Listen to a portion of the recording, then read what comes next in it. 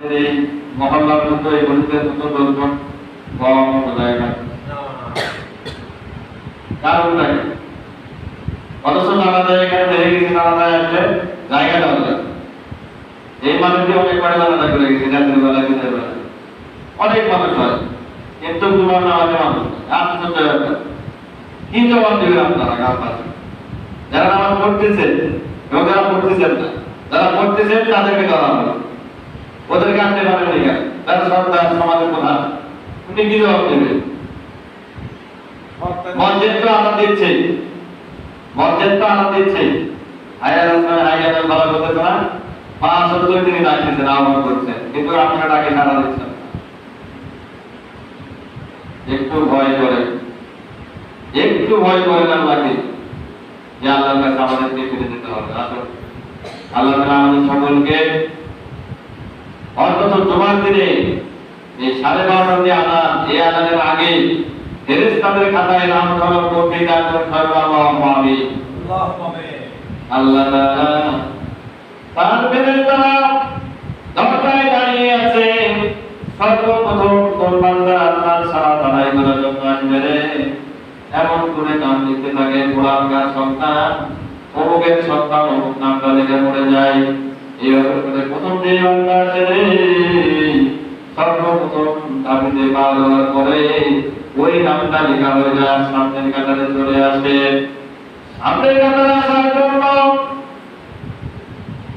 যে পরিমাণটা গণনা করা হয়েছে, প্রথমে যে মান্নাটি উপস্থিত হলো তার জন্য একটি উট কুরবানিতে চলে গেল, কুরবানি দিলে যে সওয়াব হয় ওরকম একটি সওয়াব এই আপনার আমলনামায় লেখা হয়ে যায়। আল্লাহু আকবার। একটা উট কিনতে পারবেন, দেখেন আজকে গরু কত দাম, একটা ছাগল কিনতে গেলেও 40-50 টাকা টাকা, আরেকটি উটের দাম কত, যারা আমরা গরিব বলতে হয় পানিতে। অথচ আল্লাহ তাআলা কি নিয়ম দেখেন রাসূলের মাধ্যমে করে দিলেন, সর্বপ্রথম যে ব্যক্তিটার মধ্যে প্রবেশ করবে তার আমলনামায় একটি উট কুরবানি দিলে যে সওয়াব হয় ওই পরিমাণ সওয়াব তার আমলনামায় লিখে দেওয়া হবে। সুবহানাল্লাহ।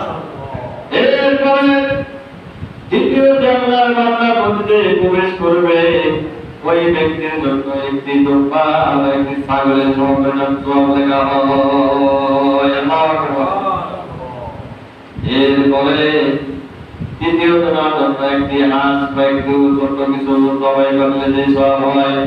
এরপরে সর্বশেষ বলেছে ডিম, ডিমের পরে কিন্তু আর কিছু, ডিম পর্যন্ত সমাপ্ত করা, যারা ঢুকবে পরে ওই পরিবারের সওয়াবের যে বর্ণনা করা হচ্ছে তারপরে কিন্তু আর বর্ণনা করা হয় নাই।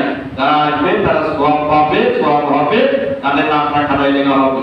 এরপরে যারা 12টার পরে যখন নামাজ শুরু হয়ে গেল, খুতবা শুরু হয়ে গেল, তখন খাতাটা বন্ধ। বলেন তো স্কুলে আপনারা যখন যাচ্ছিলেন 10টার সময় নামটাকে ছাড়ে, 10টার পরে যখন 10:30 বাজবে, বলেন তো আপনার ওই খাতায় কি নাম তোলা যাবে? কথা বলেন যাবে ভাই? কিভাবে? কারণ নাম প্রেজেন্ট করা হয়ে গেছে। প্রিন্সিপাল সাহেবের একটা খাতা থাকে, যারা মাস্টার আছে আমরা, যারা আপনাকে শিক্ষকতার চাকরি করি, দেখবেন আপনার টেবিলে একটা খাতা থাকবে উপস্থিতির খাতা। এই খাতাতে আপনার যখন যাবেন স্বাক্ষর করে আপনি কলেজে বা স্কুলে বা মাদ্রাসায় ঢুকলেন, বলেন তো 10:30 পর্যন্ত একটা সময় দেওয়া আছে, ওই সময়ের বাইরে যদি আপনি চলে যান, স্কুলে যদি প্রবেশ করেন, বলেন তো প্রিন্সিপাল খাতাটা তুলে রাখবেন ওখানে রেখে দেবেন? আপনারা আর সুযোগ নাই। পরের দিনে যদি আপনি আসে এখানে আসেন, দেখবেন যে আগের দিন আপনার লাল কালিতে বাঁকা করে লেখা হয়ে গেছে, লাল কালি পড়ে গেছে। এখন ফেরেশতারা এরকম ভাবে আপনার জন্য সকাল 10টা থেকে বসে থাকলো, অথচ এই কয়েকবার গ্রামের চিন্তাধারা লোকেরা এখন পর্যন্ত উপস্থিত হলো না।